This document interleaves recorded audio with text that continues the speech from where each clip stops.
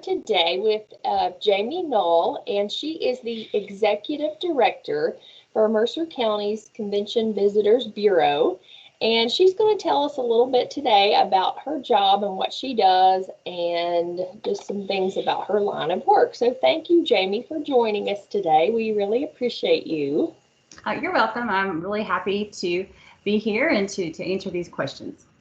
So I know that your job probably changes every day. You probably do something different every day, but tell our students, what does a typical day look like for you, if there is one?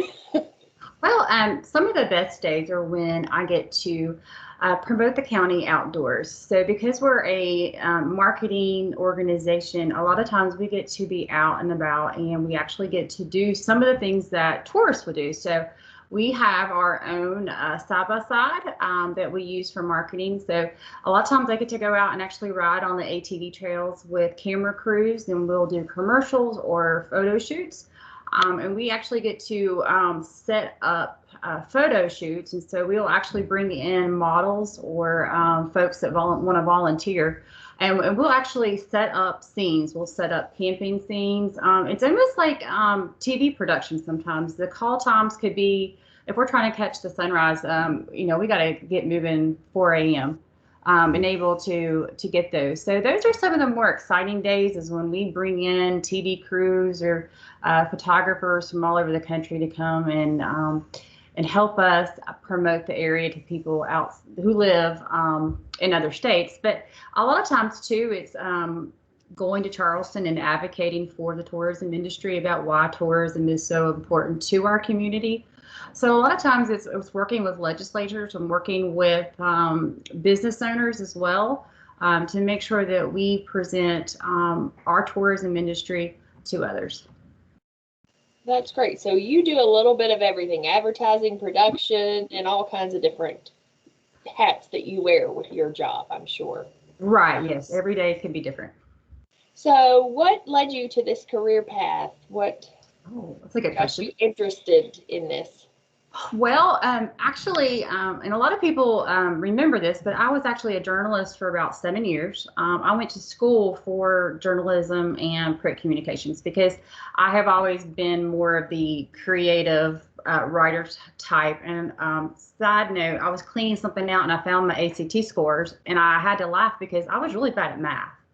And I was like, it was very evident that I lean more towards writing and verbal communication and just the creative side. So I went to school for journalism and worked as the lifestyle editor for the Bluefield Daily Telegraph. So I loved it. I got to meet a lot of people in the community. I got to write a lot about some of the things that makes our community so great. And so I got to meet a lot of people in the community that were decision makers. And so when the job opened up for tourism, I knew I kind of wanted to make a career change. And because I had already laid the groundwork with so many of the people in the community, then, it was really a great transition into tourism because I was able to use the skills I had learned as a journalist into this job. And I would say Jamie is a very talented writer. I always loved reading her work. Oh, thank you. So schooling and background. So you went to college, you majored in journalism then? Yes. So what other skills would someone need if they wanted to be in the tourism field? What other backgrounds could they, if they were going to college and wanted to decide what kind of major they were going to pursue, and they knew they wanted to do something in this type of area? Right. I think business is always a really good field to dip your toes in when you're a creative person, because in my job, I have a staff. And so I have to oversee what my staff does, but also have to run a budget, a yearly budget. And our budget's about pre-COVID. We worked with about $600,000. So I would have to budget out how we were going to spend those dollars. And be very protective over those taxpayer dollars. And so, I think making sure that you have business skills. So if you want to be in a position that's a supervisor, that you're able to understand what that requires. And so I gained that type of experience through work because I worked in retail.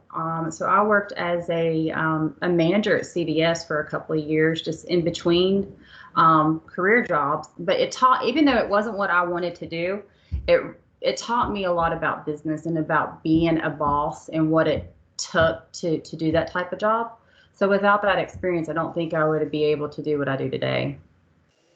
Usually everything in life kind of leads you in that path. It gives you experiences that will help you along the way. I think that's a good point. So what do you think is the most challenging thing about your job that you would share with us? Most challenging. I think the most challenging thing right now is to try to change the stereotype of West Virginia. I feel like, we're trying to, promote West Virginia as a tourist destination, and a lot of people are just not aware of all that we have to offer. And so we really got to be a little bit louder than the surrounding states because we started later.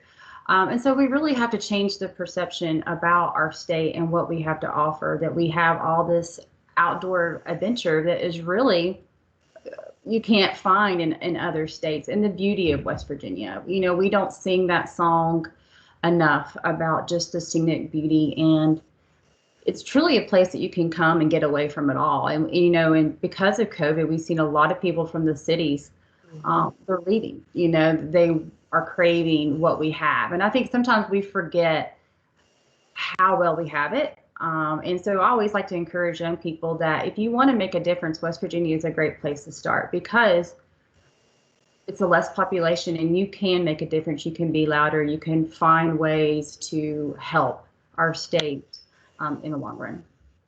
That's great. I like that. So what about a rewarding aspect of your job? Something positive?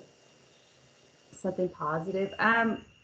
It is awesome to see hard work pay off. So, when I came on board, there was not a lot of ATV tourism. Even though we had the trails, nobody had really pushed that out to the masses. And so we took charge of that and started doing, like I mentioned, photo shoots and video shoots and just saying, hey guys, look at all of these awesome trails that you can come and ride. And we have all these resorts. And so we have seen so much growth. And if you're ever in that part of the county, you see people coming in on, bringing their four-wheelers, and we sell the most passes on the entire Hatfield-McCoy Trail, the counties of Mercer and McDowell. So we know that people are coming, and just to see that, it's so rewarding to know that all that hard work we put in for the last couple of years is paying off. We are seeing more visitors every year. Of course, COVID has changed a little bit of that, but the bright side of COVID is we've had more people come to our state parks than ever before. And so we know that people are coming, and that's rewarding. Absolutely. So give us some advice for high school students today, whether it's just advice in general for high school and choosing a career, or advice maybe for if they wanted to do something in this line of work. What would you tell students today? I would tell them to, I guess what happened to me was, I never would have thought that I would be in tourism. I thought I kind of had set everything out, but, it doesn't always happen like that.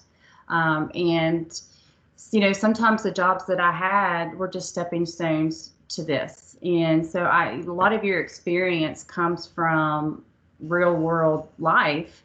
And, even if it's a job that's not your goal, there's a lot that you can gain from it in the long run. So just being flexible and making sure that you follow your passions to find what you want to do. I think that's great advice. And we thank you again, Jamie, our Executive Director for our Tourism Department. Thank you for representing our state so well and for the hard work that you do. We really appreciate you. Well, thank you so much. I appreciate it.